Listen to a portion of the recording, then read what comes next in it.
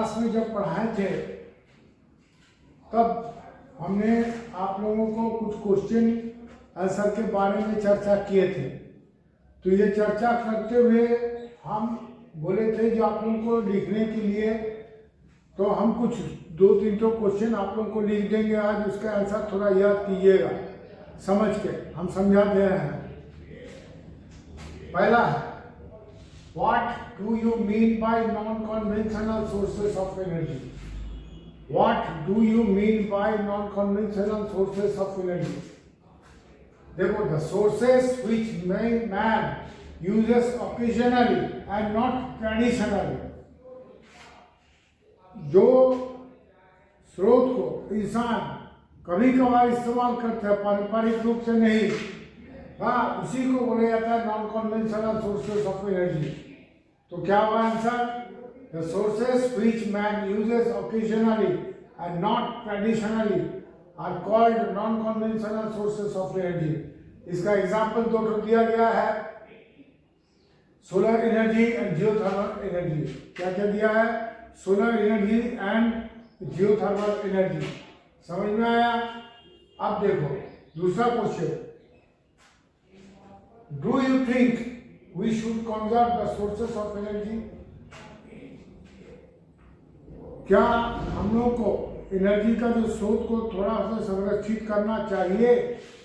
Give your answer with reason. आपका answer दीजिए reason के साथ। तो मैंने आप लोगों को लिख दिया, हाँ, इसको याद कीजिएगा। Human generally use conventional sources of energy. इंसान जो है कन्वेंशनल यानी जो पारंपरिक सोर्सेस ऑफ एनर्जी को इस्तेमाल करते हैं, such as fossil fuels, जैसे कि फॉसिल फ्यूल होता है। The sources are exhaustible, और ये सारे सोर्सेज जो है एग्जॉस्टेबल मतलब खत्म हो जाता है, वो खत्म हो जाता है, उसको भरपाई करना नामुमकिन है, एकदम नामुमकिन है। So but with the view that, लेकिन ये सोचते हुए एनर्जी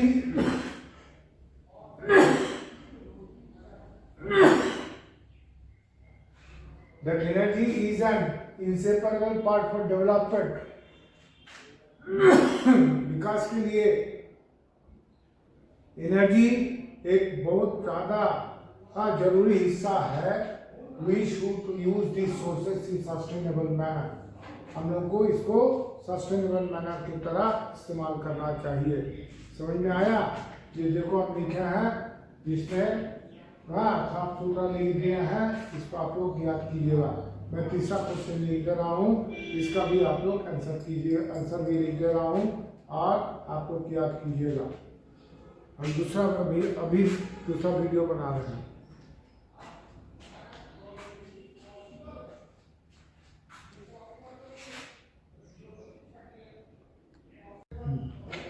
तो जैसे बोल रहे थे, जो और एक क्वेश्चन लिखाएंगे, पहले 2 क्वेश्चन लिखाएं। तीसरा क्वेश्चन है, discuss how the 3 sectors of economy are interrelated. Economy का जो 3 सेक्टर है वो एक दूसरे का साथ कैसे संबंधित है, ये मैंने आप लोगों के साथ चर्चा कर चुका हूँ। तो मैं छोटा सा आंसर दे रहा हूँ, इसको आप लिख लीजिएगा और इसको आप लोग याद कीजिएगा। ये क्वेश्चन हम देंगे, हम बोलते रहे, और ये क्वेश्चन ऐसे ही हमको आंसर चाहिए। समझ में आया? We know the 3 sectors of economy are, economy का 3 सेक्टर क्या है? Primary, secondary and tertiary. Primary, secondary and tertiary. The primary sector is related with growth of foodstuff and obtaining the raw materials। जैसे किसान, mining, ये सब क्या होता है? ये होता है प्राइमरी सेक्टर। समझ में आया?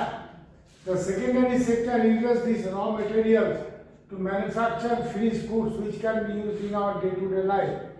इसमें जो है मैन्युफैक्चरिंग यूनिट, जो ये कच्चा माल के साथ, कच्चा माल को वो फिनिश गुड कैसे इस तरह से उसको बनाएगा जो कि लोग दिन प्रतिदिन का जीवन में उसको इस्तेमाल कर सके। अब है तीसरा टर्शियरी।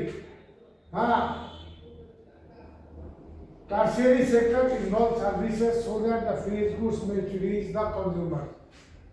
अब उपभोक्ता के पास जब तक वो सामान नहीं पहुंचता तो सामान बनाने का कोई फायदा नहीं है। जैसे अभी हम पढ़ा रहे हैं, जब तक आप लोग उसको लिखिएगा नहीं, याद नहीं कीजिएगा, तो इस सब का कोई फायदा नहीं है ना। तो उसी तरह मैं आप लोग को ये बता रहा हूँ, जो टर्शियरी सेक्टर क्या है, services so that the finished goods में रीच द कंज्यूमर्स, जो उपभोक्ता इसको इस्तेमाल कर सकते हैं। इस तरह से thus all the sectors are interdependent of one another, ये एक दूसरे का साथ बहुत ज्यादा निर्भरशील है। तो मैं फिर से पढ़ के सुना रहा हूँ। We know the three sectors of economy are primary, secondary and tertiary. The primary sector is related with growth of foodstuff and obtaining raw materials. The secondary sector uses these raw materials to manufacture finished goods which can be used in our day-to-day life. Tertiary sector involves services so that the finished goods may reach the consumer.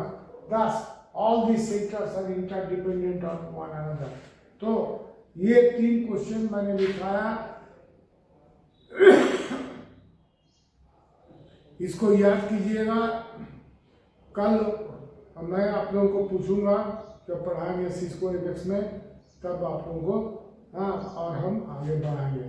ठीक है, thank you.